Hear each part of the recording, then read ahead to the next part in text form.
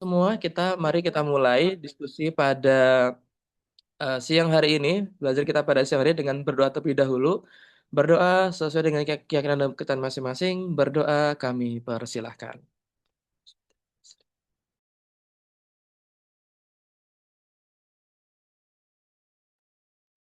Ya, berdoa cukup. Tidak lupa doa terbaik ya teman-teman untuk saudari kita yang ada di Sumatera, di Aceh, di Sumatera Utara, Sumatera Barat. Semoga mereka tetap bisa survive, tetap bisa mengembalikan hidupnya seperti semula, walaupun itu tidak mungkin, tapi setidaknya semoga segera bangkit dan tetap sehat, tetap kuat menjalani hari-hari yang ada di sana. Mengingat di medsos sudah ramai sekali ya teman-teman semua bagaimana kondisinya dan update dan akhirnya para orang-orang berdoyong-doyong ya untuk membantu mereka. Termasuk di sini semoga doa kita sampai sana dan semoga ini usaha kecil kita untuk mengembalikan dunia kita kembali menjadi hijau seperti ini. Oke, baik. Tanpa berlama-lama, mari kita dengarkan bersama materi yang spesial dikemas untuk teman-teman semua. Di sini sudah hadir di tengah kita Mbak Oki Arifiandi. Selamat siang, Mbak Oki. Selamat siang semuanya. Oke, luar biasa nih Mbak Oki. Semangatnya juga sepertinya di sana hujan tapi tetap semangat ya Mbak Oki ya. Padahal kan enaknya kalau hujan siang-siang itu kan enaknya kan sambil Gerimis-gerimis syahdu. Wede. Kalau tadi gerimis romantis, yang ini gerimis sahdu ya Mbak Oki di sana ya. Oke, baik. Baik Mbak Oki, nanti Mbak Oki akan menyampaikan materinya dan nanti jika ada diskusi atau pertanyaan nanti kita bisa langsung di kolom chat atau langsung melalui resen ya teman-teman semua. Oke, tanpa berlama-lama, waktu dan tempat kami persilahkan kepada Mbak Oki. Terima kasih banyak Kak Jihad. Assalamualaikum warahmatullahi wabarakatuh.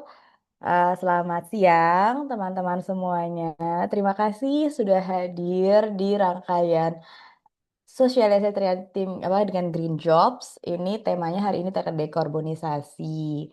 Mudah-mudahan teman-teman udah beberapa serial kan sebelumnya ya. Mudah-mudahan teman-teman mendapatkan manfaat semuanya dan juga ini yang kali ini adalah untuk dapat menambah lagi gitu ya salah satu em, chapter bagian terkait apa itu bagian dari sustainability keberlanjutan dan juga nanti kalau misalnya diterapkan dari teman-teman ketika lulus kuliah untuk pekerjaannya ke depannya. Em, Coba aku mau share screen terlebih dahulu. Mudah-mudahan pada nggak ngantuk ya. Ini emang jam-jam krusial abis makan siang. Kok tiba-tiba kemana ya ini? Kenapa tiba-tiba dia hilang? Oh, ini dia. Oke. Tadi seperti apa yang sudah kata Kak Jihad, sampaikan nanti kalau misalnya mau ada pertanyaan, bisa di akhir, mau raise hand, atau juga ketika di tengah-tengah kalau misalnya supaya tidak lupa, boleh chat aja ya. Oke, kenalan dulu. Saya Oki Arifiandi, gitu ya. Em, Pengalamannya dulu sebelum ada zaman-zaman ini udah ketahuan banget nih, beda banget nih kita angkatannya nih. Tapi dulu dari dulu memang saya sudah berkecimpung di dunia terkait dengan keberlanjutan. Awalnya adalah terkait dengan sustainability apa terkait dengan kehutanan karena memang background saya terkait dengan kehutanan. Terus terakhir saya ada di organisasi CDP, itu organisasi lingkungan yang eh ter- yang berfokus pada pelaporan lingkungan yang dilakukan oleh perusahaan dan pemerintah daerah. Sebelumnya, sebelum Global CDP, saya di WWF Indonesia dan juga sempat di Indonesia Climate Change Trust Fund. Begitu. Saya sudah memperkenalkan diri, gitu. Tapi saya juga ingin berinteraksi dengan teman-teman semua, gitu ya, supaya nggak ngantuk dulu nih. Aku pengen mengenal kalian semua terlebih dahulu, gitu. Kalau boleh, tolong ambil gawainya. Kita main di Slido dulu. Yuk, yuk, yuk, kita main Slido dulu ya sebentar ya. Supaya kita tidak eh sebelum pusing menerima ininya. menerima apanya namanya eh pembelajarannya, pembelajaran kayak kuliah aja ya aku ya. Mohon maaf Mbak Oki, share screen-nya tertutup sepertinya. Iya, emang aku lagi mau coba di sini. Yuk, tadi udah hilang ya ininya ya, Iya, apanya kodenya ya? iya Mbak, udah tutup. Mohon maaf. Aku taruh di chat ya, Boleh, boleh Mbak. kode Slido-nya. Cakep. Bisa di Slido.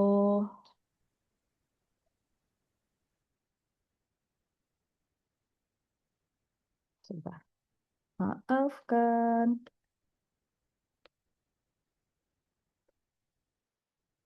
Bentar, kok mati ya?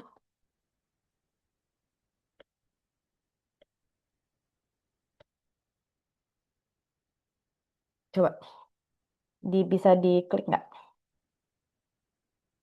Hmm. Oke, kita coba ya Mbak. Hmm. Nah, Nah, bisakah teman-teman semua?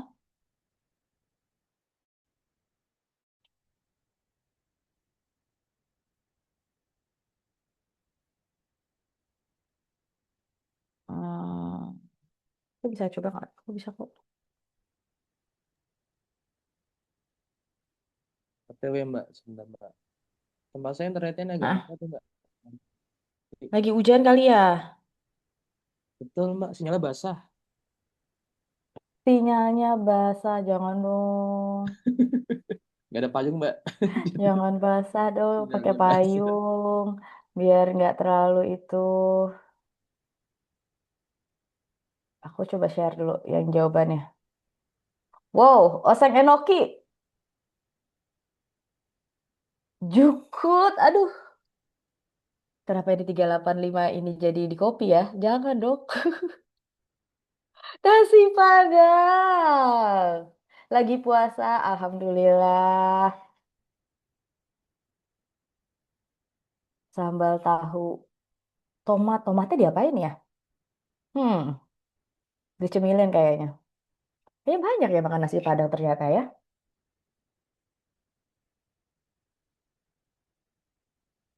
Oke, masih ada dua lagi yang typing. Lagi puasa, Alhamdulillah. Semoga lancar sampai maghrib ya.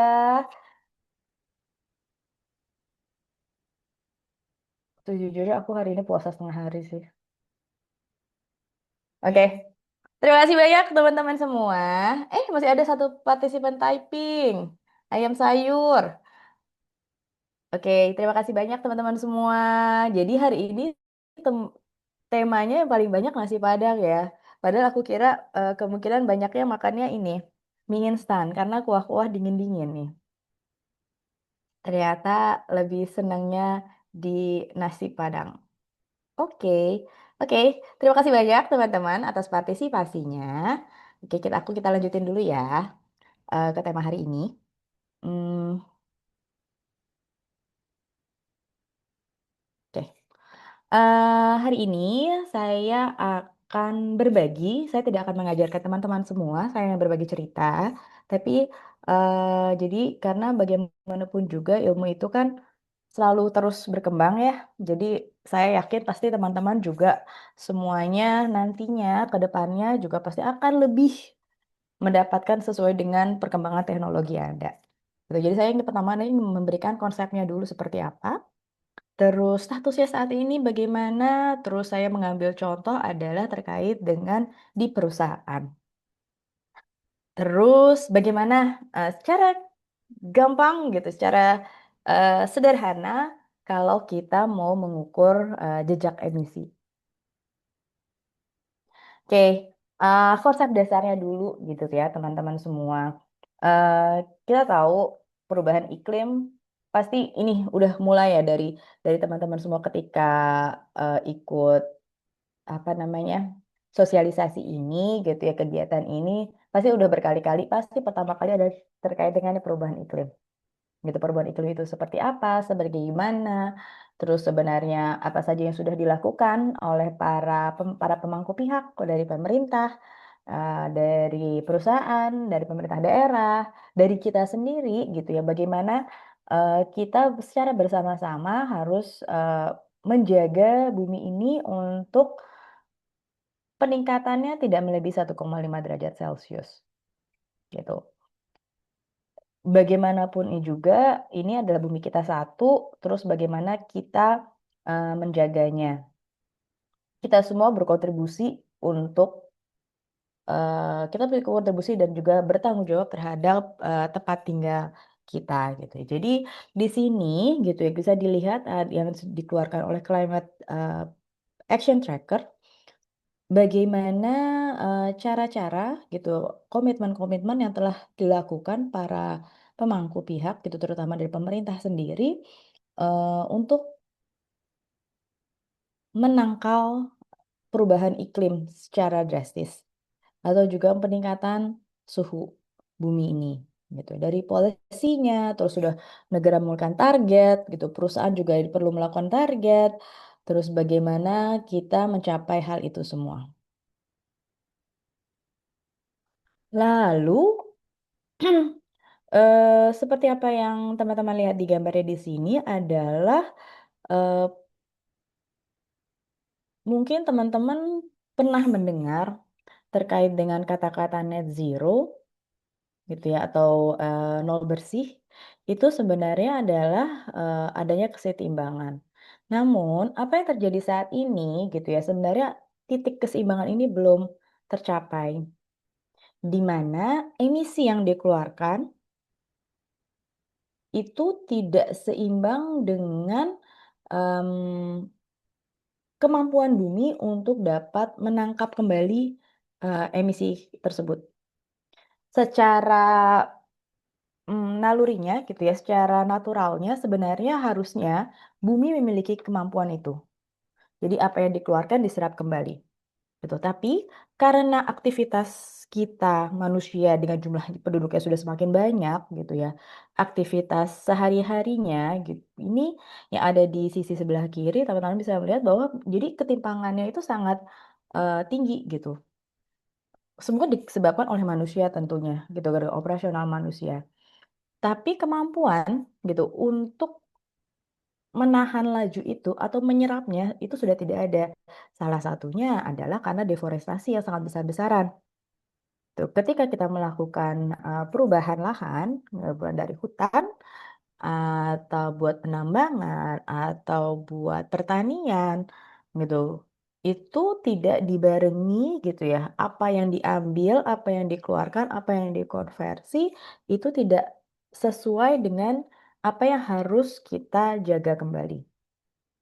Gitu. Jadi kasarnya kalau bisa kita nebang pohon, kita nggak nanam lagi, gitu.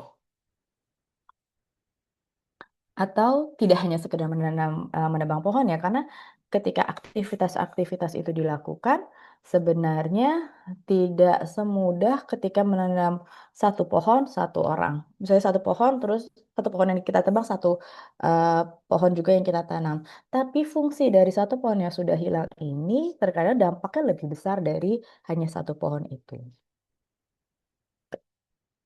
Lalu apa harapannya gitu? Harapannya sebenarnya adanya kesetimbangan kembali ya, makanya disebut adalah net zero emission. Jadi emisi yang dikeluarkan dan emisi yang bisa ditangkap itu sama gitu. Karena bagaimanapun juga kita sebagai manusia gitu ya di bumi ini gitu sebagai khalifah yang di sini kita kan juga harus bertahan hidup ya. Kita tidak mungkin diam aja gitu. Bagaimanapun juga perekonomian operasional kita akan terus berlangsung. Tapi bagaimana menjaga apa yang kita lakukan itu sesuai dengan daya tampungnya, daya kemampuan untuk dapat menyerapnya, menguranginya. Jadi apa yang kita keluarkan harus seimbang dengan apa yang kita lakukan untuk mengembalikan fungsi-fungsi kemampuan bumi ini untuk menyerap kembali emisinya. Gitu. Itu adalah konsep net zero emissions. Jadi kalau pemerintah Indonesia sendiri, teman-teman nanti, sorry, sebelum ke situ gitu ya, saya lihat dulu stage-nya seperti apa sebenarnya. Belum lama ini, mmm, baru saja terjadi, disebutnya adalah COP30, di mana para pertemuan pemimpin dunia untuk dapat bersama-sama untuk mengurangi dampak perubahan iklim. Ini datanya saya ambil dari Climate Watch secara global gitu. Bagaimana sih eh, para negara-negara ini berkomitmen terkait dengan net zero emission gitu ya. Jadi kalau misal di sini eh, kalau sudah ada 29 negara gitu ya, warna kuning baru sedikit banget gitu ya yang sudah berkomitmen gitu terkait dengan net zero dan sudah dijadikan undang-undang di negaranya gitu. Atau juga yang baru saya sudah punya net zero target tapi masih dalam tahapan kebijakan gitu. Atau juga ada negara yang sudah komitmen net zero tapi juga masih baru komitmen lisan saja gitu. Bahkan yang paling banyak tentunya adalah negara-negara yang belum berkomitmen gitu. Mereka seperti apa gitu. Padahal eh, balik lagi ini saya tanggung jawab bersama. Bagaimana dengan Indonesia gitu? Pemerintah Indonesia sebenarnya kita melihatnya bahwa sangat responsif terkait dengan hal ini. Gitu ya. Salah satu buktinya adalah sudah ada pengenalan Green Jobs gitu ke teman-teman semua. Gitu. Jadi memang sudah mulai diarus utamakan terkait dengan isu ini. Sudah cukup panjang gitu ya teman-teman bisa dilihat di sini bagaimana apanya eh, perjalanannya karena bagaimanapun juga ini bukan sesuatu hal yang instan yang bisa kita berubah seperti kita membalikkan telapak tangan. Apalagi kalau misalnya kita ngomongin hal ini terkait dengan pemerintah, gitu ya, kebijakannya, perpolitikannya, gitu. Jadi memang eh, proses ini akan sangat panjang. Tuh. Lalu eh, yang terakhir di tahun 2025 ini, pemerintah Indonesia sudah mengeluarkan second NDC-nya, komitmennya untuk pengurangan emisi, gitu. Tapi kita masih tetap sama untuk pencapaian net zero emisinya diharapkan di tahun 2060 atau lebih cepat. Gitu. Di sini teman-teman nanti bisa lihat ketika sudah akhir ya, nanti bisa saya bagikan em, materinya.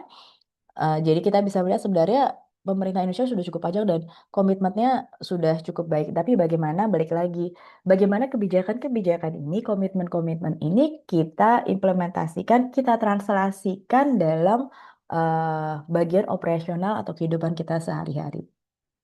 Dari gitu. Jadi pemerintah sudah memberikan payungnya, bagaimana kita mengisi di bawah payung tersebut. Itu dari sisi kebijakan gitu, dari sisi pemerintah. Tapi tadi saya sudah sampaikan bahwa kebijakan-kebijakan ini atau komitmen perubahan iklim ini itu tidak semata-mata hanya tanggung jawab pemerintah, tapi seluruh pihak yang saya sebutnya adalah juga termasuk adalah non-state parties. Di sini non-state parties-nya kita lihat adalah dari perusahaan, pemerintah daerah, community gitu ya. Komunitas masyarakat itu juga bagian aksi-aksi dari non-state parties ini. Sebenarnya seperti apa gitu kan? Bagaimana peran-perannya? Jadi jangan eh, jadi kita melihat juga sebenarnya kita ada di mana sih? Kami sebagai individu, kita apakah juga bisa berkontribusi? Mungkin kelihatannya kecil gitu ya, tapi sebenarnya langkah-langkah kecil ini kalau misalnya dilakukan oleh semua orang sebenarnya sangat-sangat berarti gitu. Ini saya mencoba secara garis besarnya ya, balik lagi kalau misalnya dari perusahaan-perusahaan gitu, apalagi terutama perusahaan-perusahaan besar dengan sumber daya yang sangat besar, baik dari sisi manusia maupun finansialnya gitu, sudah banyak yang berkomitmen terkait dengan net zero-nya di perusahaannya. Gitu. Ada juga dari sisi perbankan, dari para investor, karena bagaimanapun juga gitu ya, saat ini kan banyak terutama perusahaan gitu ya, melakukan Hmm, business as usual. Jadi fokusnya masih terhadap ya sudah deh, bagaimana profit saya sebesar mungkin gitu. Jadi ketika mereka harus bertransformasi, mereka harus berubah menjadi lebih hijau, itu mereka membutuhkan biaya. Nah, disinilah peran dari para investor, asset managers, perbankan, financial institution di sini untuk dapat membantu mereka. Bagaimana juga mereka yang memiliki kapital nih. Lalu pemerintah daerah juga sudah banyak loh yang bergabung gitu ya dalam terkait dengan komitmen ini gitu. Tapi mungkin teman-teman juga bisa mencatatnya bahwa balik lagi em, tidak semudah itu melakukan sesuatu hal dalam waktu singkat gitu. Dari non-state actor, saya mengambil contohnya yang paling gampang gitu sebenarnya ya, itu adalah terkait dengan perusahaan. Gitu ya, kita ngambil perusahaan bagaimana mereka suatu perusahaan bisa memiliki komitmen net zero ini, kesetimbangan emisi gitu. Baik lagi, emisi tidak mungkin banyak emisi yang tidak bisa dielakkan gitu ya. Bakal kita berjalan saja, kita makan tadi sisa makanannya gitu ya. Jalan-jalan makanannya tadi nggak habis nasi padangnya, biasanya nasinya banyak tuh, lauknya sedikit tuh. Gitu. Itu kalau nggak habis, itu kan juga akan jadi waste.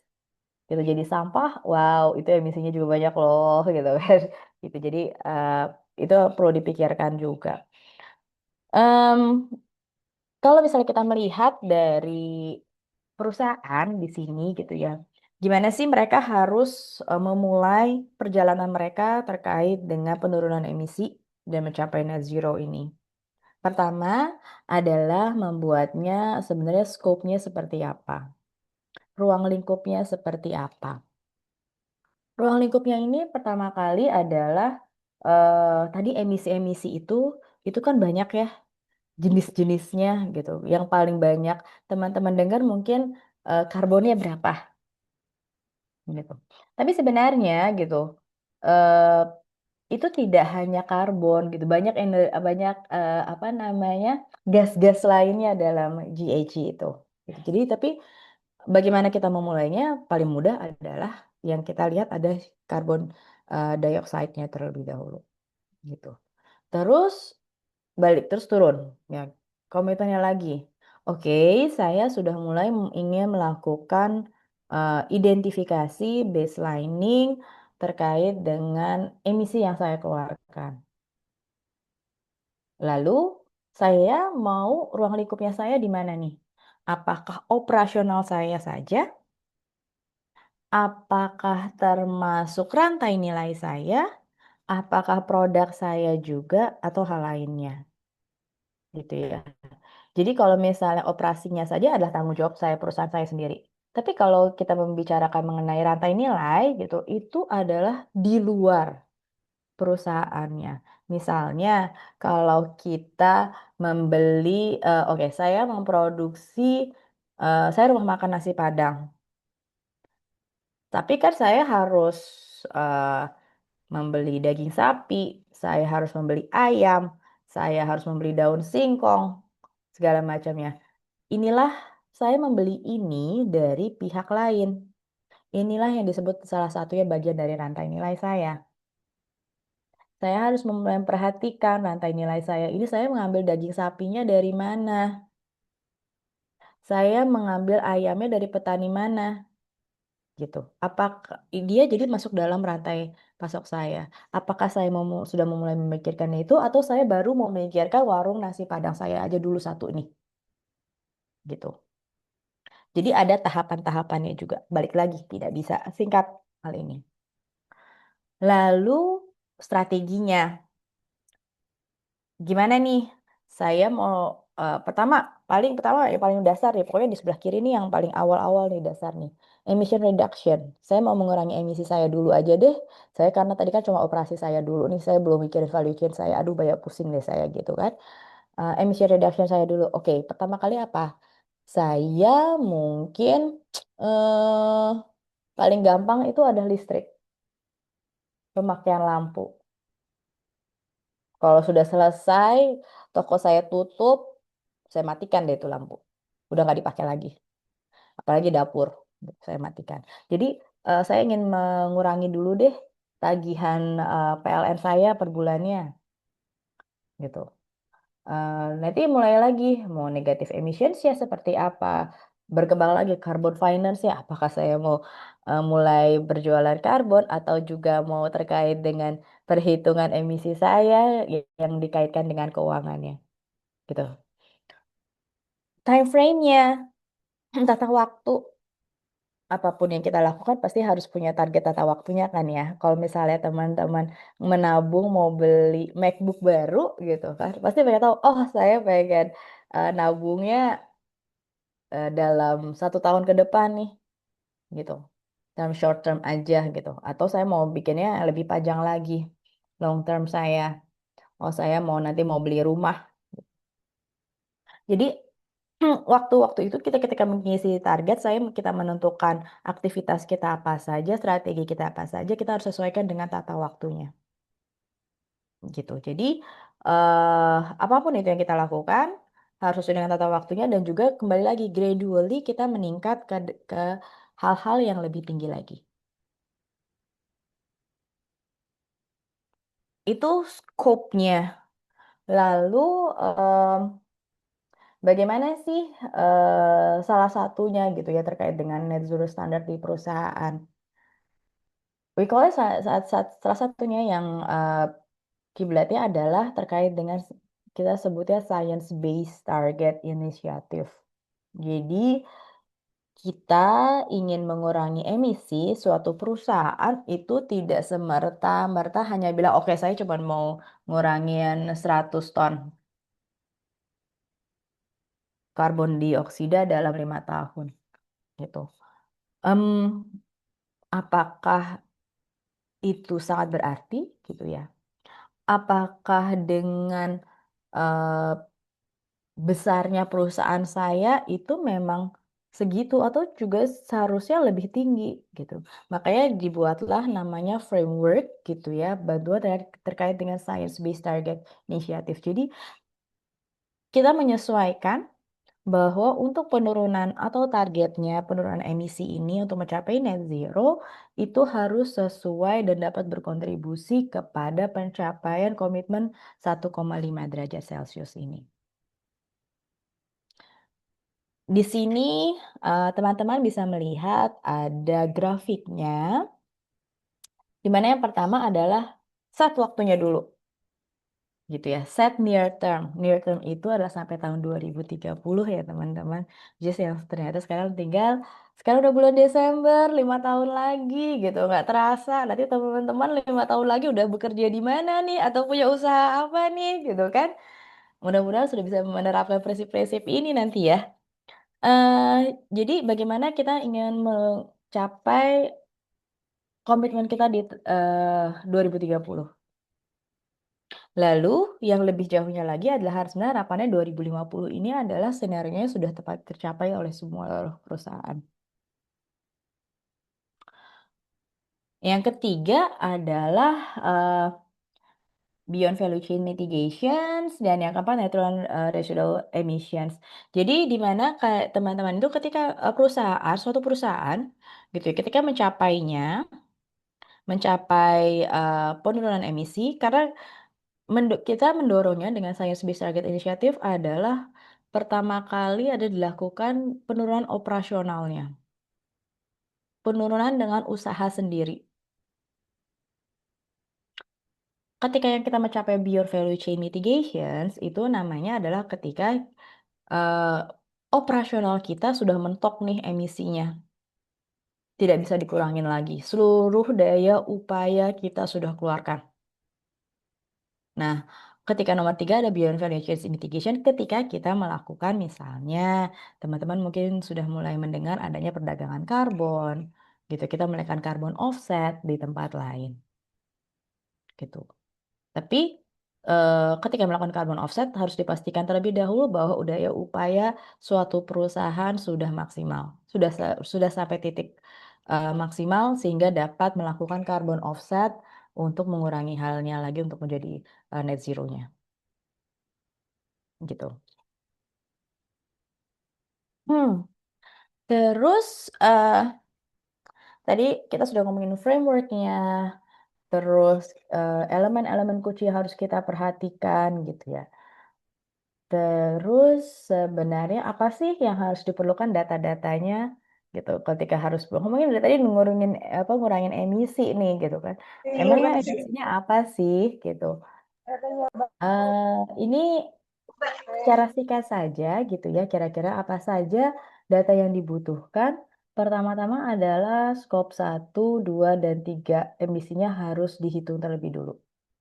Baseline-nya. Kita nggak bakal tahu kita mau targetnya berapa kalau kita nggak tahu sebenarnya kita baseline-nya apa. Gitu kan ya. eh Terus tahunnya seperti apa. Lalu nanti kita mulai dengan formula tertentu, kita harus bisa memastikan bahwa ini kita memiliki dasar-dasar saintifik, teman-teman pastinya sangat paham terkait itu, kita teman-teman di kampus ini, gitu kan. Semuanya harus ada analisa akademisnya, gitu kan. Teman-teman kalau ketika bikin tulisan juga kan jangan lupa referensinya, gitu kan, di atas itu di mana.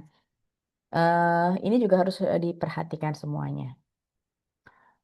Kalau tadi teman-teman ngomongin di sana tadi awalnya saya adalah informasi kayak scope 1, scope 2, scope 3 gitu ya. Inilah perbedaan apa sih itu scope 1, apa itu scope 2, apa itu scope 3. Paling gampangnya ini kita udah mulai ceritanya mau mulai ngisi menghitung emisi ya teman-teman semua ya. Scope 1 itu kalau misalnya di perusahaan itu adalah apa, emisi yang dikeluarkan dalam operasionalnya mereka, gitu. Dalam operasional mereka. Ini di sini kita bisa melihat kalau misalnya perusahaannya, pabriknya itu semua isinya itu masuk di skop 1 operasionalnya. Perusahaan yang dimilikinya juga.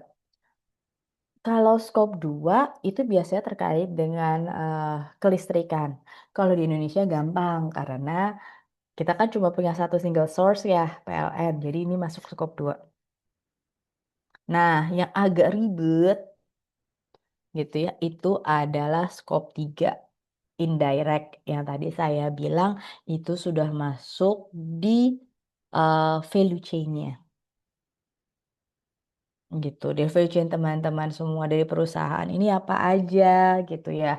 Mulai dari eh, transportasi, mendatangkan produk yang dibeli buat bahan baku, produk bahan bakunya seperti apa, gitu, transportasi bisnis, gitu, perjalanan dinas masuk di situ semua, gitu.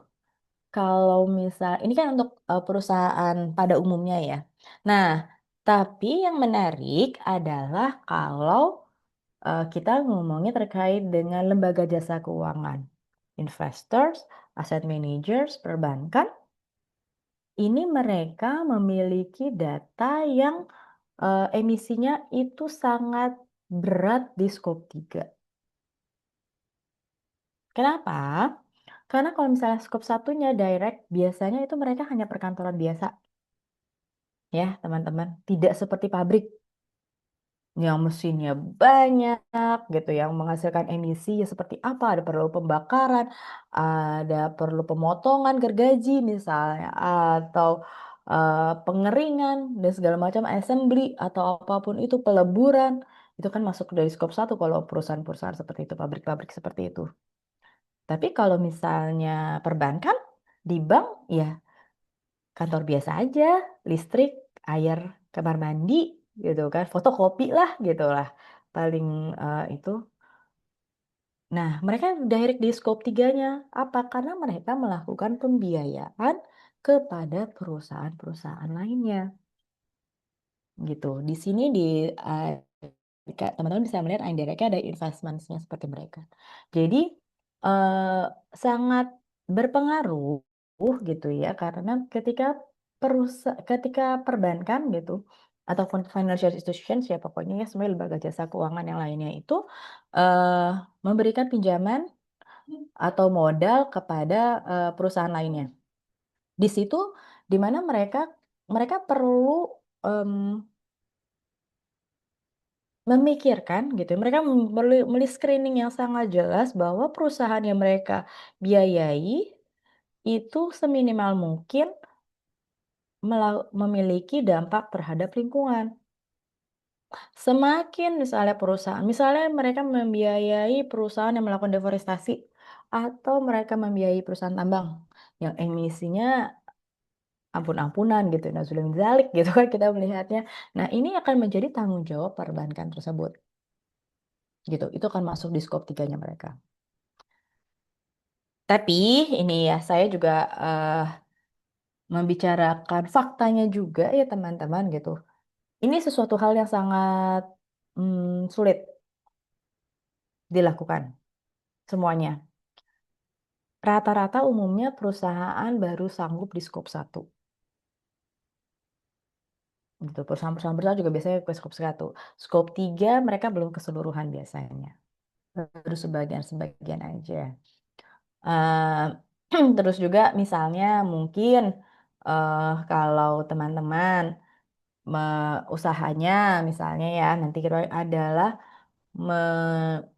supplier supplier untuk perusahaan FMCG yang besar-besar itu biasanya mereka sudah mulai meminta jadi gitu jadi eh, apa ya efeknya seperti itu jadi biasanya dari perusahaan buyers besar nih di luar negeri mereka mendorong suppliernya di Indonesia karena kita negara produsen ya biasanya masuknya karena kenapa kita dipaksa nih sama buyers kita nih perusahaan ini? Ya karena mereka harus memenuhi informasi mereka, target mereka terkait dengan skop 3 mereka. Karena produsen-produsen yang ada di Indonesia ini dikategorikan sebagai skop 3 dari perusahaan-perusahaan tersebut. Gitu. Mungkin teman-teman juga melihat misalnya ada buyers, pembeli dari luar negeri ini tiba-tiba eh, kok concern banget ya. Kok saya disuruh ngikutin standar A, B, C, D ya gitu. Saya harus memenuhi sertifikasi, saya harus memenuhi indikator lingkungan saya atau buyer saya juga ikut membantu penanaman, reboisasi, penanaman hutan kembali di Indonesia. Karena mereka memiliki tanggung jawab di skop tiganya mereka. Dan kita sebagai negara produsen biasanya berdampaknya seperti itu. Oke. Lalu di sini saya memberikan sepintas gitu sebenarnya dengan pathway-nya atau petunjuknya bagi masing-masing sektor perusahaan. Jadi tiap sektor kita tidak bisa menyamakannya teman-teman, gitu kan? Masing-masing memiliki eh, guidance-nya gitu. Karena saya atau kita semua gitu ya tidak bisa menyamakan misalnya si financial institutions gitu di sini disamakan perhitungan emisinya dengan perusahaan kebun gitu. Jadi memang berbeda-beda dan juga emisinya yang dikeluarkan jenisnya beda-beda gitu agar adil ya nggak semuanya sama gitu. Tapi memang untuk perusahaan UMKM itu akan jauh lebih sederhana, gitu ya. Tidak tidak uh, belum memiliki sektor spesifik seperti perusahaan-perusahaan besar, gitu. Lalu ini gitu ya, saya coba, kira-kira bisa nggak sih nyobain ya di sini ya, bentar ya. Saya bisa ngopi nggak sih? Tuh, kalau saya sih bisa ya, tapi kalau teman-teman nggak bisa ya. Eh, coba saya kopin. Kita coba yuk belajar. Ini kalkulator sederhana, teman-teman. Saya ngambilnya di Lindungi Hutan. Coba saya keluar dulu dari sini. Hmm. Teman-teman bisa coba eh, ininya apa namanya? Eh, eh, Coba deh kita hitung-hitung kira-kira emisinya berapa sih teman-teman di apa namanya di mana apa yang sudah kita lakukan misalnya ya. Saya stop share dulu yang ini. Coba teman-teman bisa bisa akses di chat. Oke. Hmm.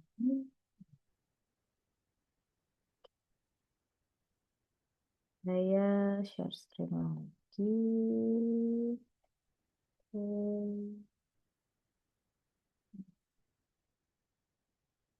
Hmm.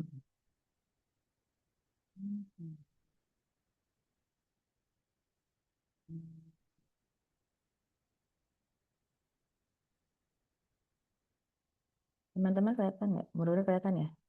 Ini saya coba. Kita coba belajar ya. Ini sekarang sekarang teman-teman bisa mulai banyak tools ya. Teman-teman bisa cari kalkulator gitu ya. Eh, Kalkulator hijau gitu jenisnya. Coba kira-kira sih sebenarnya emisi teman-teman berapa sih gitu ya. Kita melihat dulu misalnya nih. Saya coba di lindungi hutan. Saya lihat AC saya. Ini hal sederhana, tapi nanti kalau misalnya teman-teman terjun aktif gitu ya untuk menghitung scope 1, 2, 3 perusahaan ini akan lebih kejelimet, tapi ini sangat membantu untuk teman-teman belajar dulu kecil-kecilan seperti apa. Misalnya kita lihat deh tadi saya pilih adalah AC ruangan gitu. Oke, saya biasanya di rumah saya ada setengah PK.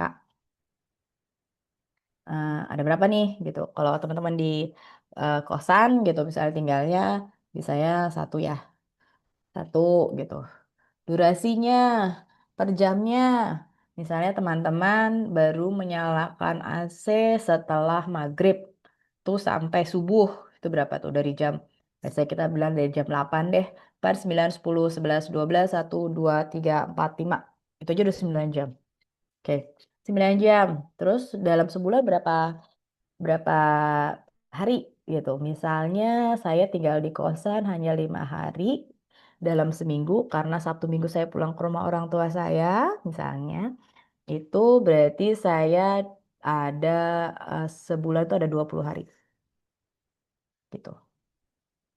Ini gitu teman-teman bisa melihat bahwa ini sudah dikalkulasikan secara otomatis itu sebenarnya ekuivalen dengan karbon dioksida berapa? 0,01 ton. Itu hanya dari AC. Coba teman-teman ngelihat di kosannya teman-teman gitu ya. Atau di kamarnya teman-teman tuh ada apa aja selain AC. Ada lampu pasti gitu kan ya. Pakai komputer gitu kan. Handphone jangan lupa dicas terus tuh gitu. Terus apalagi ya biasanya di kamar. Kalau misalnya ada kamar mandi dalamnya itu airnya seperti apa dan segala macam itu bisa dikalkulasikan gitu. Nanti teman-teman bisa explore aja ya. Eh, saya ini hanya contoh, tapi nanti teman-teman bisa melihat kalkulator-kalkulator lainnya yang bisa membantu untuk teman-teman apa namanya ngecoba menghitung jejak karbon teman-teman gimana. Kalau teman-teman naik kendaraan apa nih, gitu kan, ke kampusnya atau ketika hangoutnya seperti apa. Nah, jadi ini sebesarnya ini sudah sangat membantu untuk dapat menghitung kita seperti apa. Dan juga kalau misalnya dilanjutkan lagi juga nanti bisa kita mau melakukan penghapusan dosa gitu ya terkait dengan emisi ya teman-teman dengan menanam pohon itu juga bisa dilakukan salah satunya. Oke, kayaknya itu akhir dari ini saya deh presentasi saya. Sekian, terima kasih. Kalau ada teman-teman yang ingin bertanya, silahkan di chat atau juga kalau mau resen.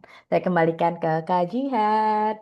Baik, terima kasih Mbak Oki. Tepuk tangan untuk Mbak Oki Arifiandi untuk materinya luar biasa sekali teman-teman semua. Boleh ya tepuk virtual ya. Tepuk virtual tuh kayak gini ya. Mirip-mirip tepuk Sakinah cuma nggak bunyi aja gitu. Ya, luar biasa sekali. Thank you untuk tepuk tangannya. Baik teman-teman semua, tiba saatnya kita sesi diskusi atau tanya jawab. Sesi yang paling mahal dari seluruh rangkaian ini. Karena dari materi yang disampaikan itu akan terasa sangat powerful jika teman-teman bisa langsung diskusi dengan pakarnya ya. Ini tadi sekilas saya kepoin LinkedIn-nya Mbak Oki ya. Saya sudah send connection juga ya Mbak Oki ya. Nanti kita bisa saling ngobrol Mbak di situ. Menarik ya teman-teman semua bahwa ternyata memang kita bahkan juga perlu merhatikan ya, kita yang mungkin anak kosan atau kita punya kendaraan pribadi, mungkin juga punya kos-kosan yang ada listrik dan seterusnya, itu sepertinya juga perlu kita ukur ya jejak karbonnya. Dan kita perlu bertanggung jawab ya. Tadi kan net zero kan kita perlu seimbang tuh, kita melepas karbonnya, kita juga harus memastikan bahwa itu juga bisa terserap kembali atau setidaknya kita jadi net zero tadi ya disampaikannya. Baik teman-teman semua, monggo ini ada sesi untuk kita diskusi atau tanya jawab. Kita masih ada cukup waktu. Adakah teman-teman yang ingin bertanya terlebih dahulu? Ini ada saya kasih kesempatan untuk 3 penanya terlebih dahulu untuk nanti kita membuka diskusi ya teman-teman. Monggo silakan kita buka tanya jawab teman-teman. Boleh resen atau boleh di kolom chat ya teman-teman untuk memudahkan teman-teman. Kalau misalnya malu untuk resen karena mungkin off cam gitu ya. Apa-apa, tulis di kolom chat, nanti akan saya bantu bacakan untuk pertanyaannya. Monggo, silakan teman-teman, ada? Kalau nggak ada, saya yang nanya ini mah. Ada teman-teman? 5. Oh, ada. Mau saya hitung tadi ya. Oke, baik. Pertanyaan dari Pak Edi Rudiana Arif. Woy, terima kasih Pak pertanyaannya Pak. Menarik ini.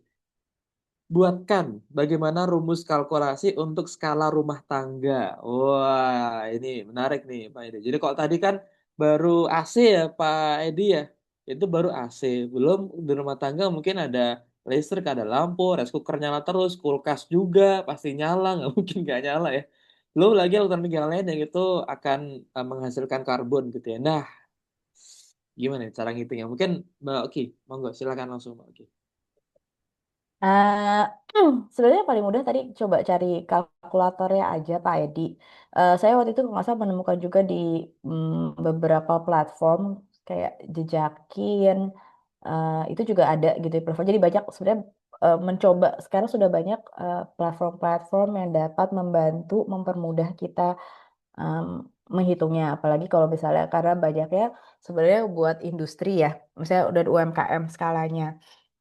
Hmm, di situ nanti bisa tuh Pak ada listrik, ada sorry listrik kan tadi kan ada AC, terus juga nanti masuk kulkasnya, masuk rice cookernya, kompornya, itu semua ada di situ gitu. Jadi coba aja Pak dicoba dicari-cari itu. Tapi kalau misalnya ini kan untuk skala rumah tangga itu bisa di situ, bisa juga nanti Bapak itu tuh apa namanya transportasinya seperti apa sekeluarga gimana, itu bisa di situ sih Pak. Jadi tadi yang saya kasih contoh itu dari Lindungi Hutan, yang saya ingat juga ada Jejakin, ada apa lagi ya?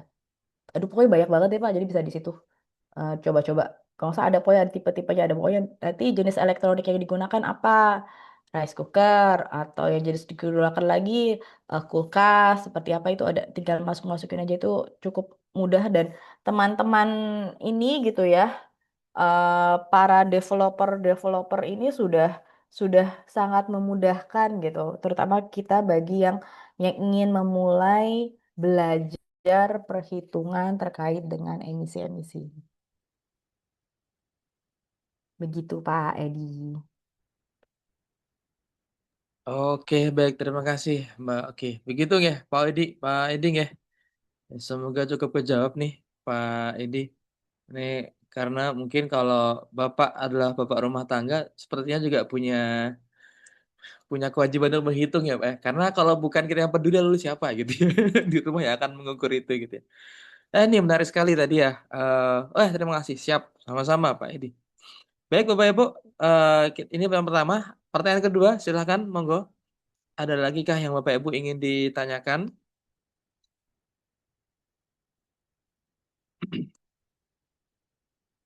Maaf, kakak-kakak sekalian juga boleh bertanya ya, teman-teman.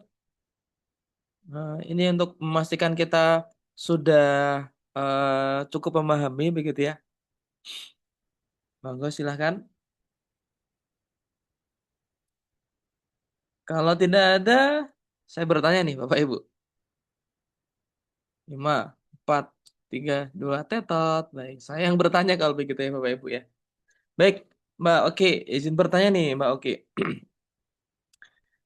Sepertinya kalau apa lihat dari skala besar ya Mbak Oki ya. Eh, kita tuh kayak dalam posisi yang cukup dilematis gitu Mbak. Karena di saat kita ingin menggenjot produktivitas ya Mbak di perusahaan ya, terutama perusahaan besar-besar yang pasti mereka yang paling banyak menghasilkan emisi adalah perusahaan besar karena eh, ya baik listriknya, kemudian mungkin sisa-sisa produksinya itu pasti besar gitu. Nah, kan itu kan berhubungan juga dengan peningkatan produktivitas kita selaku bangsa ya Mbak ya. Nah, itu mungkin juga cukup berpengaruh gitu ya.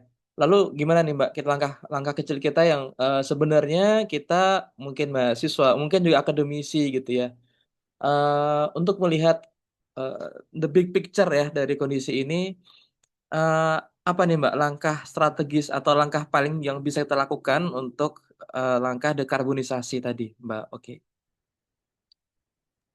Baik Kak, Jihad. Jadi kalau saya pribadi sih ngelihatnya gini ya, kalau misal dari tataran pemerintah, gimana juga kan pengen meningkatkan pertumbuhan ekonomi lebih dari 5% gitu kan.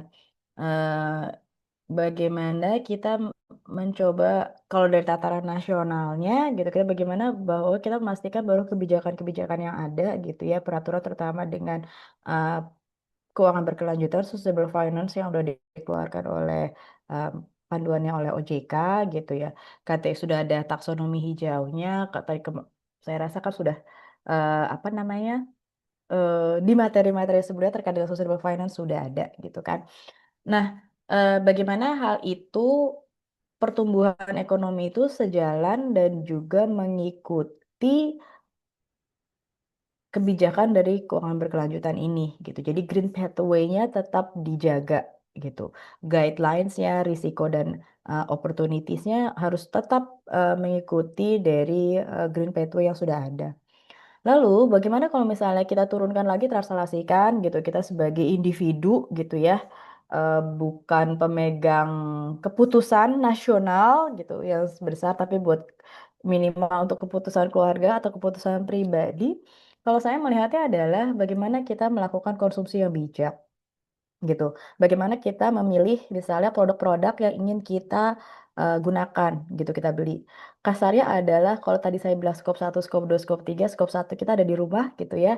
Di kamar gitu, di kamarnya teman-teman semua, di kamar kosannya atau di kamar rumah pribadinya. Eh Terus skop tiganya adalah supply chain-nya nih, value chain-nya nih, barang-barang apa yang dipilih, yang kita beli gitu ya. Misalnya kita beli kalau yang perempuan-perempuan gitu kan, jadi kosmetiknya seperti apa? Kosmetik kita apakah eh, terlibat nggak nih perusahaan-perusahaannya terkait dengan deforestasi gitu. Kita kita itu juga sudah melakukan kebijakannya seperti apa. Kita juga sudah mulai menentukan sebagai konsumen, saya memiliki hak gitu ya untuk menentukan barang yang saya beli gitu. Tidak bisa, saya akan bilang gini ya, bagaimanapun juga gitu, apalagi saya waktu itu juga sebagai mahasiswa gitu merasakan bagaimanapun juga saya pasti pengen cari yang diskonan yang paling murah dari barang-barang yang ada gitu, apalagi kalau ada flash sale gitu kan. Apalagi sekali lagi 12-12 gitu, pasti saya kan juga cari itu. Kita tidak bisa apa ya menghindari hal-hal seperti itu gitu. Tapi balik lagi bagaimana kita bisa memprioritaskan barang-barang tersebut gitu. Kalau misalnya kita sudah membeli juga bagaimana kita bertanggung jawab dan menggunakannya secara bijak gitu, tidak menghabur-haburkan ya. Kita membeli tisu gitu ya. eh kita punya tisu terus, tapi bagaimana kita menggunakan tisu ini secara bijak? Kan nggak perlu setiap misalnya cuma ada tetesan air terus ngambil tisu kita lap gitu kan. Kita nggak bisa gitu.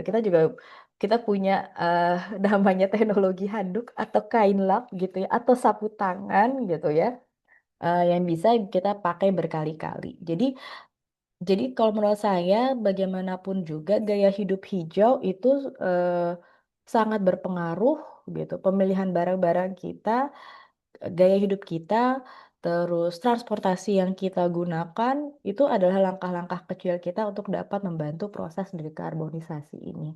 Mungkin teman-teman ngelihatnya tadi 0,01 ton gitu ya untuk satu AC dengan 0,5 PK itu apalah artinya gitu. Tapi kalau misalnya dari teman-teman semuanya gitu, bahkan yang coba yang hadir di Zoom ini terlebih dahulu gitu, itu coba kalau sudah dikalikan udah berapa gitu. Tanggung jawabnya sebenarnya gimana? Terus bagaimana kita dapat menyeimbangkannya lagi hal-hal tersebut. Gitu Kak Jihan. Oke, baik terima kasih. Oke, wah luar biasa sekali ya. Eh, ternyata kita juga diajak untuk lebih bijak ya, Mbak Oki. Ini yang saya garis bawah tadi adalah green lifestyle ya, Mbak Oki ya, berarti ya. Dari mulai bangun tidur sampai tidur lagi itu kita harus memastikan bahwa berarti hidup kita itu harus harus non emisi gitu ya. Jangan sampai itu buang karbon terlalu banyak gitu ya.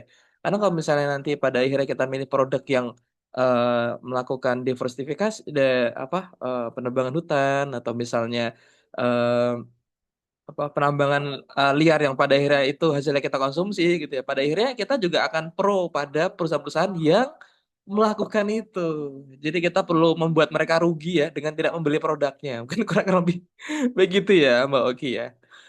Nah, ini menarik nih Bapak Ibu dan rekan-rekan sekalian. Tadi ya kita garis bawah adalah green lifestyle. Nanti kita coba searching ya ini gimana caranya dan mungkin apa nih yang bisa kita maksimalkan gitu ya. Nah, berikut ini ada pertanyaan beruntun nih Mbak Oki di kolom chat. Wah, senang sekali nih ternyata Bapak Ibu dan rekan-rekan sekalian tuh semangat gitu ya untuk mengikuti materinya gitu ya. Ini dari Ibu Rani. Sepertinya saya tahu ini Ibu Rani, kenal nih Bu Rani. Cloud computing dan data center kini menjadi tulang punggung ekonomi digital. Benar sekali. Kemarin juga disampaikan sampai laba di 100 sekian triliun ya per tahun ya. Itu luar biasa sekali memang. Tapi juga itu menyumbang emisi besar. Cakep karena mungkin ya dia butuh pendingin, pendingin mungkin juga butuh pembakaran segala macam. Jadi mungkin itu juga emisinya besar.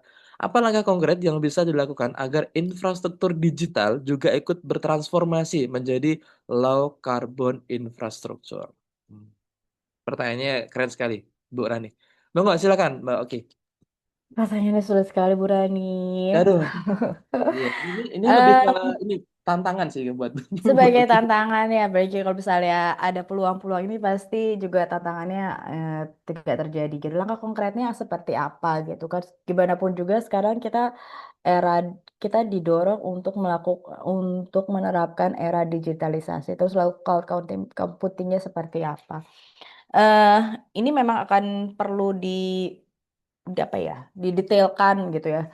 Sedikit-sedikit demi sedikit. Pertama adalah bagaimana karena tadi saya juga menyampaikan bahwa ada emisi-emisi yang tidak bisa terelakkan dan juga bagaimana kita menyeimbangkannya dengan perekonomian kita. Karena begitu juga manusia butuh operasional kehidupannya masing-masing untuk menjaga kestabilannya juga. Jadi kalau saya rasa waktunya kita untuk melakukan ini ya Bu ya, apa namanya, bertukar pendapat gitu. Kalau menurut saya sendiri, eh, hal-hal yang perlu dilakukan adalah bagaimana juga sistemnya tersebut kita cari yang paling efisien gitu. Misalnya tadi sistem coolingnya kita harus pilih yang paling efisien mau bagaimanapun juga gitu kan. Lalu life cycle management dari datanya juga perlu diperhatikan terus-menerus gitu. Secara frekuensinya yang eh, lebih lebih jelas dan segala macamnya itu. Mungkin juga perlu dipertimbangkan adalah sumber energinya untuk cloud-nya ini gitu. bagaimana kita memanfaatkan renewable energy tidak bergantung pada fosil fuels gitu ke depannya untuk dapat mempertahankan cloud system ini gitu. Itu menurut saya sebagai salah satunya gitu di antaranya yang perlu kita memang persiapkan terkait dengan hal itu.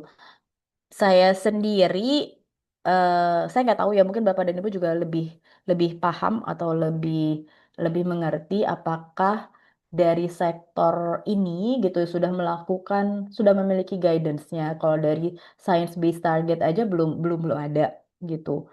Di Indonesia juga saya misalnya bekerja sama dengan Kadin gitu belum mengeluarkan untuk terkait dengan sektor ini.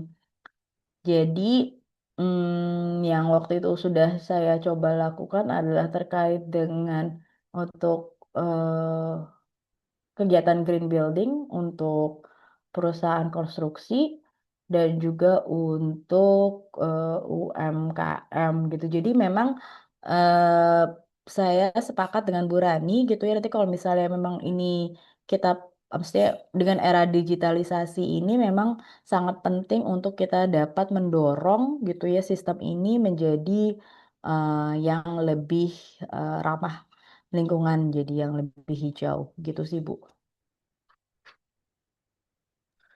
Oke, baik terima kasih pertanyaannya Bu Rani ya dan diskusinya dari Mbak Oki gitu. Menarik ya, Bapak Ibu terkait dengan ini. Ini eh, jadi ide kemudian ya untuk merambah masuk ke sektor yang itu ya, karena mungkin itu juga baru karena mungkin pemainnya dikit ya Mbak Oki ya di Indonesia ya.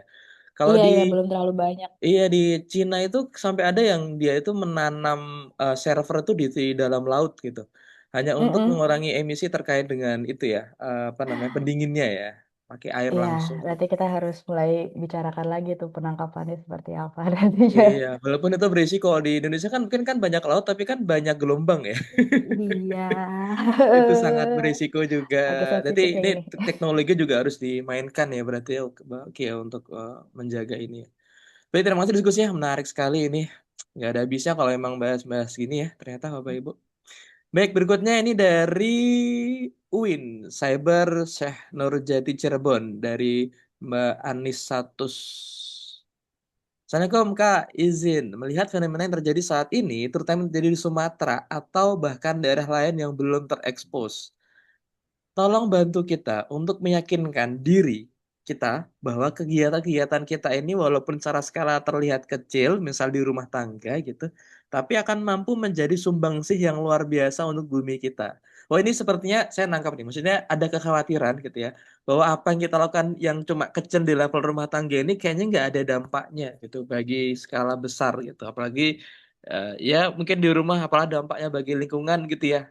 Nah itu mungkin jadi kegelisahan juga ya. Apakah kita ini ada dampaknya apa enggak? Mungkin agar kita jadi percaya diri gitu dan confident ya bahwa apa yang kita lakukan ini itu ada dampaknya. Nah mungkin Mbak Oki ada nggak Mbak penguat-penguat agar kita bisa meyakinkan diri kita sendiri Mbak? Sejujurnya kadang-kadang saya juga suka bertanya pada diri saya sendiri sih. Sebenarnya ini saya udah ngelakuin A, B, C, D, ini ngaruh gak sih gitu kan. Aduh saya udah melakukan pilah-pilah sampah gitu. Nanti itu di ke belakangnya ini sampah saya kemana gitu kan. Ya sejujurnya juga saya memiliki keresahan yang itu. Tapi eh tapi balik lagi gitu ya, saya percaya bahwa ini tidak mungkin terjadi secara instan gitu ya teman-teman semua gitu. Jadi memang eh, langkah-langkah kecil gitu ya, bagaimana persistensinya kita untuk mempertahankan green lifestyle-nya itu untuk bisa mungkin gitu ya. Terkadang segini, terkadang sebenarnya saya yang kadang-kadang suka membesarkan hati saya sendiri gitu ya. Tiba-tiba misalnya saya bawa tempat makan aja gitu. Saya udah bawa tumbler dan saya bawa tempat makan sendiri. Walaupun nanti saya belanja gitu ya, saya isi di makanannya itu di tempat lain. Terus saya melihat teman saya akhirnya ngikutin saya gitu, Pak bawa tumbler juga dan bawa tempat makan juga gitu.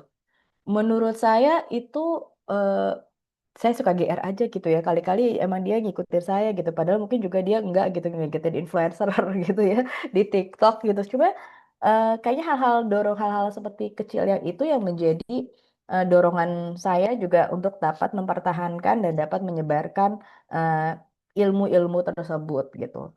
Ataupun juga mulai dari eh berusaha semaksimal mungkin kalau misalnya memang saya memiliki banyak waktu yang banyak atau segala macam saya coba untuk menggunakan transportasi publik gitu. Hmm, ya ya hal-hal seperti itu saya coba eh, persistensi gitu. Kadang-kadang juga lelah gitu. Kadang-kadang kayaknya orang-orang kok hidupnya enak banget ya buang sampah enak aja gitu loh ya dipilah-pilah saya pusing sendiri gitu. Sebenarnya juga saya bingung kadang-kadang ini masuknya kotak mana ya tempat sampah mana tapi balik lagi gitu. Kadang-kadang capek, lelah gitu. Cuma kadang-kadang saya balik lagi, enggak, saya harus bisa gitu. Jadi memang hal-hal kecil apapun itu gitu. Bahkan kadang-kadang kantong plastik gitu ya. Kalau misalnya sebagai teman-teman semua gitu, kalau misalnya beli makanan di warung Padang gitu ya, atau beli makanan di warteg atau segala macam tuh pulang pakai nasi bungkus coklat plus kantong plastik putih gitu kan. Gitu kan kadang-kadang ih gemes gitu tapi jadinya eh tapi jadinya bagaimanapun juga saya sih berusaha saya mencoba lelah atau apapun itu bosen kadang-kadang juga iya gitu ya capek gitu ya kadang-kadang juga cheating gitu ya saya jujur juga melakukan itu tapi balik lagi akhirnya saya berusaha untuk meyakinkan diri saya lagi sih untuk bilang enggak kok bisa kok kita bisa balik lagi seperti orang-orang zaman dulu juga nggak pakai plastik gitu loh kasarnya seperti itu gitu sih Mbak Anis, mudah-mudahan bisa Insya membantu. Allah, luar biasa. Tepuk tangan dulu untuk Mbak Oki ya. Luar biasa. Nih saya bantu tepuk tangan ini Mbak. Keren sekali ya Mbak Oki ya. Karena ternyata tantangannya itu bukan dari luar ya. Ternyata tantangannya adalah dari ego sendiri kadang. Iya, Kadang tuh kayak kita bertanya-tanya kayak, ah ngapain nih worth it nggak sih? Gue kayak gini tuh kayaknya nggak ada dampaknya juga. Tapi ternyata ya, ternyata it is about self discipline nih kayaknya ya. Lebih karena kitanya sih dibandingkan kita nuntut orang lain gitu ya. Ternyata kita sama. Ya tos dulu kalau gitu ya Mbak Mbak Anis Satus ya. Oke, baik. Tapi satu hal nih mungkin ya Mbak Oki ya. Eh, Ketika nanti misalnya kan saya juga sering ya bawa tumbler gitu ya. Walaupun tumblernya bukan tumbler tuku ya, yang nggak viral sih, tapi ya setidaknya aku bawa lah gitu ya. Nah, itu ternyata memang godaannya selalu dari diri sendiri gitu kan ya. Oh, pengen nih kayak nyobain apa pesan kopi apa gitu ya di luar gitu ya. Padahal udah hmm. bawa tumbler gitu kan tinggal isi air putih aja selesai di mana-mana banyak gitu gratisan air putih gitu. Tapi ya lagi-lagi tadi ya godaan selalu dari dalam diri kita sendiri. Nah, yang menarik adalah teman-teman ini jadi penguat aja ya kalau misalnya teman-teman juga merasa banyak keraguan gitu. Yakinlah bahwa apa yang dilakukan selama emang itu bagian dari green lifestyle gitu, itu akan mengurangi rasa bersalah kita pada alam semesta. Mengapa? Karena akhirnya apa yang kita dilakukan itu ya walaupun kayak nggak worth it ya mungkin kita juga lelah kadang juga kita capek segala macam tapi itu akan mengurangi rasa bersalah kita pada kondisi alam. Misalnya nih teman-teman di Sumatera sana gitu ya kita nggak ikut konsumsi tisu misalnya ya kita pakainya lap sendiri gitu karena mungkin hutan yang ditebang di sana mungkin ya itu kan akhirnya jadi tisu yang kita gunakan gitu ya atau yang di apa hutan ditebang di sana akhirnya itu menjelma menjadi perabotan atau kayu-kayu yang mungkin ada gitu ya. Nah kita mengurangi itu hanya karena wah aku tidak ikut menyumbang aku tidak ikut berkontribusi kesalahan terhadap itu minimal itu ya teman-teman jadi kita akan mengurangi rasa bersalah kita terhadap alam ini gitu. Semoga itu jadi penguat ya, Mbak Anisatus S. Ya. Terima kasih. Baik, thank you Mbak Oki dan diskusinya ya luar biasa. Lanjut nih Mbak Oki, luar biasa. Pertanyaan ini seru sekali ya. Izin bertanya terkait emisi karbon. Sebentar, ketutupan. Maaf. Saya tanyakan apakah program mobil listrik yang sekarang ini lagi digembar-gemborkan pemerintah menguntungkan untuk dampak lingkungan atau malah merugikan. Wah, ini studi case ini, Mbak Oki. Ini lebih ke ujian sih bagi Mbak Oki.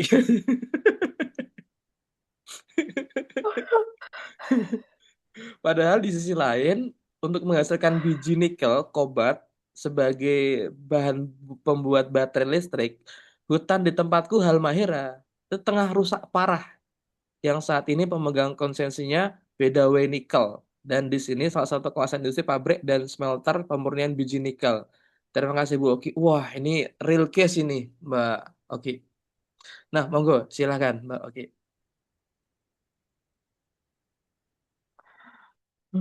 Terus gini, isinya agak sensitif nih pertanyaannya ya. Pak Pak Zak, Mas Zakaria ya. eh ini gini, saya mencoba untuk memframingkannya adalah kita melihatnya secara keseluruhan, secara holistik gitu ya. Bagaimana kita mencoba mendorong pertumbuhan ekonomi yang setimbang dengan eh, penjaga lingkungan supaya tadi net zero emission-nya tercapai. Kita tidak bisa kita tidak bisa menutup mata bahwa ketergantungan kita terhadap bahan tambang, terhadap fosil gitu, fuels itu masih sangat besar gitu.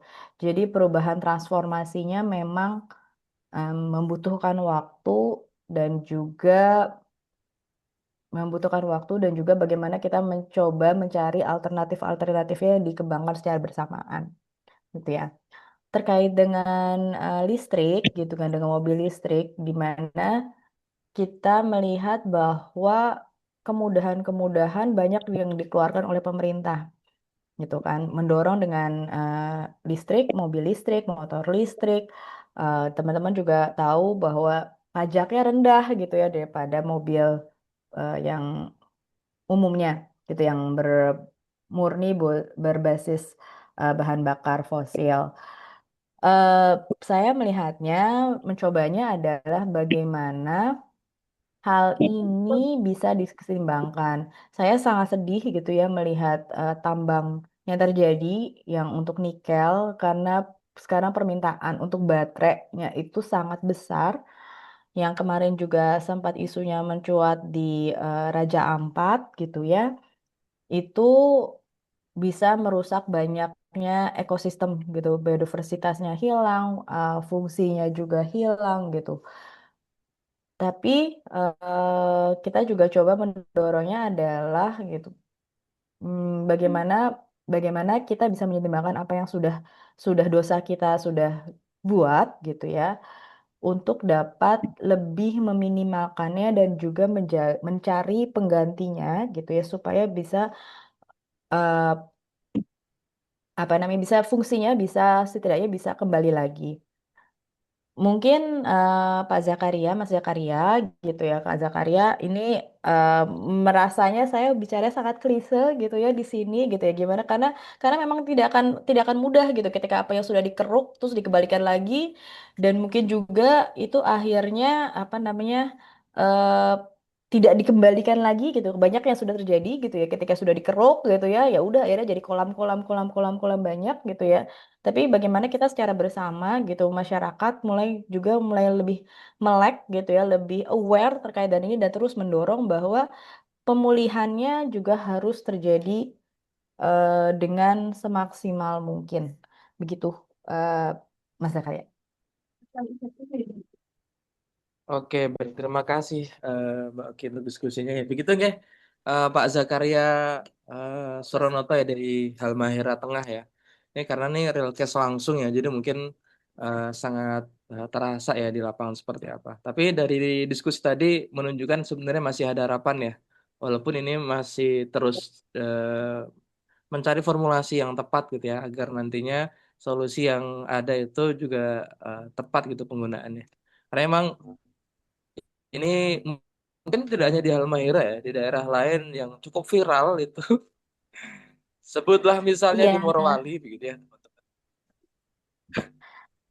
iya, Itu juga terkadang juga sedang sebenarnya isu gitu. pengennya pengennya nggak perlu viral dulu ya supaya tidak terjadi gitu kan. Kadang-kadang viral dulu baru akhirnya pemerintahnya jadinya lebih melek gitu, bahwa sebenarnya masyarakat juga memantau hal itu semua gitu. Jadi memang terkadang viral itu sangat membantu gitu ya untuk bisa juga menyatukan kita gitu manusia yang ada di mana di Indonesia dari Sabang sampai Merauke ini melihat ini dan juga memberikan dorongan advokasi yang lebih positif kepada pemerintah terkait dengan hal itu. Yes, betul sekali, Mbak Uki. Ini akhirnya kita jadi merasa semakin beruntung ya berada di agenda ini ya teman-teman Talent Green Jobs ini ya. Karena ternyata kita jadi tersadar ya, oh ternyata ada hal yang nggak beres nih dari kehidupan kita.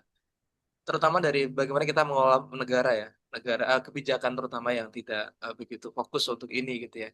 Sehingga nanti mungkin ke depan dari rekan-rekan di sini bisa membantu edukasi masyarakat sekitarnya masing-masing gitu ya.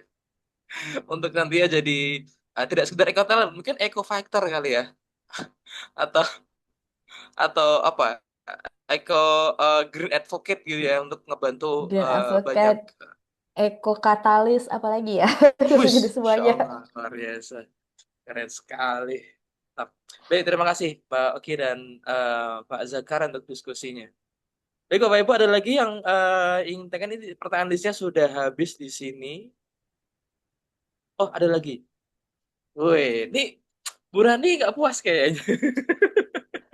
Aduh, Bu Rani masih lagi ya, kita chatting aja Ibu. Luar biasa. Kalau boleh pertanyaan kedua, Kak. Ya, boleh sih, Bu. Boleh, boleh. Jadi waktu juga ya, Bapak Ibu ya. Untuk industri yang banyak memakai sistem digital buat operasionalnya. Seperti tempat saya bekerja. Oke. Itu mungkin yang saya remote working gitu ya, yang dia mungkin nggak ada kantornya, mungkin begitu nggak tahu kan office-nya itu di online gitu digital ya. Bagaimana cara industri tersebut bisa menyeimbangkan antara efisiensi, teknologi, dan komitmen berdekarbonisasi supaya nggak malah nambah jejak karbon baru? Eh, Berarti kurang lebih kalau itu misalnya kantornya online, Bu, berarti kurangi meeting online-nya, Bu. Biar nggak nambah Jadi kita listrik, gak Bu. usah Nggak. sosialisasi. Bercanda, bercanda. Oh, enggak, Mbak. Oke, silakan. Em, Sistem digital 40%. Kayak memang kita nggak bisa apa namanya ya mengelakkan ya sekarang semuanya sebuah serba digital gitu kan untuk mengkonektivitaskan kita pun yang di lokal dengan global gitu ya. Misal di sini juga ada apa namanya yang hadir dari teman saya di luar negeri ini juga hadir di sini jadi bagaimana kita bisa jadi saling menyapa satu sama lainnya gitu dengan lebih mudah dengan teknologi yang ada. Lalu bagaimana cara industri itu menyeimbangkan antara efisiensi dan teknologi dan komitmen dia balik lagi ke perusahaannya kebijakannya ya Bu ya bagaimana kita bisa mendorong perusahaannya Ibu gitu ya untuk dapat menentukan apa namanya targetnya target komitmennya itu gitu jadi ya target jadi bagaimanapun juga itu pasti dari top levelnya gitu ya dari top levelnya Ibu Rani gitu ya untuk dapat sekarang mungkin jadi PR-nya Ibu Rani nih bagaimana mendorong gitu ya perusahaannya Ibu supaya melakukan transformasi dan transisi ke arah yang lebih hijau dari penyampaian teknologinya gitu Bu juga bisa siapa tahu tidak hanya remote working dengan teknologi data cloud-nya gitu bagaimana penyimpanan yang lebih ramah lebih hijau dan juga siapa tahu mengurangi meeting-meeting online-nya juga bisa, Bu. Iya. Berarti Jadi udah kita kerja mirip-mirip aja ya. masing-masing. Tapi ini Saya menarik, mengikuti Mbak apa Oki, kata yang Kak tadi. Jihad. Kok gitu? Atau kembali ke ini Mbak Uki, yang tadi Mbak Uki kan sempat bilang ya net zero tadi ya. Nah, itu menarik menurut saya karena itu akhirnya jadi kebayang juga, oh gitu ya. Jadi kalau misalnya menebang satu pohon itu juga harus diimbangi dengan menanam 10 pohon. Ya, kurang lebih gitu ya Bapak Ibu ya. Jadi kalau misalnya kita juga menghabiskan energi katakanlah internet kita habis 1 giga gitu ya untuk meeting semacam ini gitu misalnya. Karena ini udah ada notifikasi ya di HP saya. Udah 1 giga, udah sampai 1 giga gitu. Berarti kita harus ada konsekuensinya. Jadi antara misalnya eh, 1 giga internetan itu diimbangi dengan misalnya menanam 1 pohon misalnya gitu. Misalnya ya ini contoh doang sih. Walaupun saya juga nggak tahu nanti konkret seperti apa. Tapi itu jadi menarik ya. Ada konsekuensi di balik. apa yang kita keluarkan gitu, karbon yang dikeluarkan gitu, yang pada akhirnya itu akan menjadi sebuah komitmen kita untuk diganti dengan apa. Misalnya diganti dengan sedekah di Sumatera itu juga bisa, misalnya ya, karena akan Bisa, membantu bisa. apa proses penghutanan Terus kembali. pemulihannya lebih cepat atau segala macam. Ya, pasti Nah, juga ya tidak hanya dari ya tadi karbon jejaknya gitu kan sebenarnya juga kehidupan sehari-hari tadi misalnya tadi makan nasi Padang gitu kan biasanya untuk menjaga kesehatan berarti kita harus lari berapa kilometer. Nah, sebenarnya sama aja sih. Itu ya seperti itu. oh, Kira-kira analoginya. iya benar juga ya, menarik ya.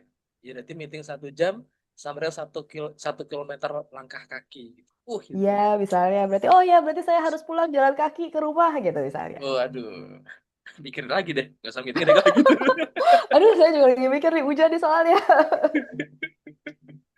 Oke, baik, baik. Terima kasih, Bu Rani. Luar biasa. Tadi Mbak Oki ngasih PR loh. Luar biasa. Berani sekali Mbak Oki ngasih PR ke Bu Rani. Suruh menyampaikan ke atasannya untuk membuat kebijakan yang pas. Tapi ini luar biasa keren ya, Mbak Oki untuk materinya dan insight-nya banyak banget. Saya jadi yang baru tahu aja langsung, oh iya gitu ya. Ternyata emang kita harus sebijak itu untuk menggunakan energi yang alokasi. Gitu. Oke, baik. Baik Bapak Ibu, ini sudah 3 menit terakhir sebelum kita tutup. Karena sepertinya sudah ada tidak ada pertanyaan lagi, saya ingin dulu sampaikan informasi Bapak Ibu dan rekan-rekan sekalian bahwa ini adalah pertemuan kedua terakhir. Jadi insya Allah minggu depan itulah pertemuan terakhir. Maka mau dipastikan dari kakak-kakak atau Bapak Ibu yang berhajat untuk mendapat sertifikat, maka dipastikan kehadirannya 70%, kehadirannya dipastikan sudah ikut pretest. Itu bagi yang belum nanti mohon hubungi kami agar nanti bisa ikut pretestnya dan nantinya di hari pertemuan terakhir akan insya Allah akan ada prosesnya untuk sertifikat didapatkan gitu ya. Itu singkatnya dan bagi yang belum presensi mohon silakan presensi dan yang terakhir nih mungkin dari Mbak Oki ada kalau dari mentor saya bilangnya ada namanya bukan quotes ya tapi mungkin closingnya disebut dengan beautiful exit nih Mbak Oki. Ada nggak yang disampaikan sebagai penutup yang uh, beautiful exit? Enggak, oke. Beautiful exit. Saya sejujurnya terima kasih banyak. Kak Jihad, saya tidak canggih untuk bikin pantun. Saya pengen banget deh bisa kayak orang-orang gitu ya. Ketika penutupannya itu pakai pantun, tapi mohon maaf saya tidak bisa. Tapi saya cuma bisa bilang terima kasih banyak teman-teman semua yang sudah hadir di acara sosialisasi Green Jobs ini dan juga diskusinya yang sangat hidup gitu ya. Pertanyaan-pertanyaannya di luar dari perkiraan saya semua gitu ya. Banyak hal yang sensitif. Jadi mohon maaf kalau tidak puas dengan jawabannya karena saya cukup berhati-hati untuk berbicaranya di sini. Tapi mudah-mudahan perkenalan ini awal ini terkait dengan dari komunisasi net zero menjadi eh, langkah awal dari teman-teman semua untuk dapat menyebarluaskan lagi gitu ya untuk dapat memahami dan juga menyebarluaskan menjadi agent of change menjadi apa namanya tadi kita sudah bilang eco katalis gitu jadi advokator juga kepada lingkungannya atau paling dekat mungkin sama keluarganya terlebih dahulu atau teman-teman sekosannya gitu ya jadi bagaimanapun juga jangan lelah. Tadi juga sudah disebutkan bahwa ya saya juga mengalami kelelahan itu gitu ya. Eh oh gitu. Ya, jadi baca saya catat dari Bu Radi. Bisa bisa ngobrol bahasa batas boleh tanpa filter gitu ya. Jadi apa ya? eh apa ya? Saya balik lagi pertumbuhan ekonomi gitu, operasional manusia, kebutuhan hidup kita eh, tidak bisa dielakkan, tapi bagaimana kita menyeimbangkannya sama gaya hidup kita yang lebih bertanggung jawab. Jadi sebisa mungkin itu sih apa yang sudah kita lakukan dan jangan pernah lelah karena walaupun mungkin kelihatannya kita nggak melakukan apa-apa gitu sebenarnya harapannya adalah ya hitung-hitung mudah-mudahan menabung pahala kita untuk di masa depan sih. Gitu aja. Terima kasih banyak Kak Jihad. Masya Allah, tepuk tangan yang meriah untuk Mbak Oki Arifiandi untuk beautiful exitnya. Itu terasa sekali ya, Bapak Ibu rekan-rekan sekalian bahwa memang ternyata langkah kita ini benar langkah yang tidak akan sia-sia. Kenapa nanti kalau kita nanti suatu hari dihisap, ditanyakan gitu, kamu udah ngapain aja gitu. Aku udah menjaga bumiku. Wah, Itu luar biasa keren. Baik, thank you teman-teman dan rekan Bapak Ibu sekalian untuk waktu dan diskusi kita pada siang sampai sore hari ini. Tidak terasa sudah jam setengah 4, artinya kita perlu berpisah. Tapi tenang saja, insya Allah kita bertemu lagi minggu depan. Pertemuan terakhir kita. Semoga dari rangkaian kita ini benar-benar Bapak Ibu dapat manfaatnya dan bisa kita tanamkan dalam diri minimal. Kita jadi lebih self-discipline untuk benar-benar menjadi eh, green advocate. Wah, keren sekali. Oke, izin saya mengucapkan terima kasih dan mohon maaf jika ada kata yang kurang berkenan di Bapak Ibu sekalian. Jika ada hal yang mungkin ingin diskusikan atau ingin ditambahkan atau hal yang terkesan saja belum tuntas, nanti mungkin bisa disampaikan di grup atau Bapak Ibu bisa masuk ke presensinya dan bisa masuk ke grup yang sudah kita sediakan. Baik, terima kasih sekian dari kami. Selamat sore Bapak Ibu dan Assalamualaikum warahmatullahi wabarakatuh. Waalaikumsalam warahmatullahi wabarakatuh. Terima kasih banyak semuanya. Terima kasih Mbak Oki Oke. diskusinya. Sama-sama, Keren sekali. Mas. Mantap. Teman semua, sampai minggu depan. Ya, oke. Sama-sama Mbak Anis. Bu Rani, boleh loh Bu, kita diskusi lanjut Bu di sini ronde kedua Bu. Ayo Bu.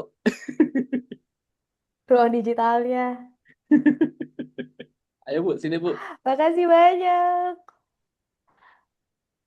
Aku pamit live ya. Nanti Thank kalau you misalnya Mbak Oki. berdiskusi lagi, silakan hubungi Kak Doti untuk nomorku dengan senang hati. Terima kasih. Assalamualaikum. Waalaikumsalam. Thank you Mbak Oki.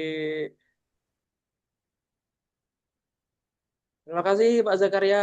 Semoga Halmahera Tengah aman-aman saja Pak di sana. Terima kasih Pak Jihad. Siap, siap. Insyaallah. Ya. Sampai ketemu lagi Pak Jihad. Baik, sama-sama Ya, Pak Zakaria. ya. Selalu minggu depan ketemu Yo. lagi Pak. Iya, Izin saya tutup amin. Bapak Ibu ya. Ini kebetulan saya hostnya, jadi saya izin tutup dan end meeting. Sampai jumpa kembali. Saya tutup.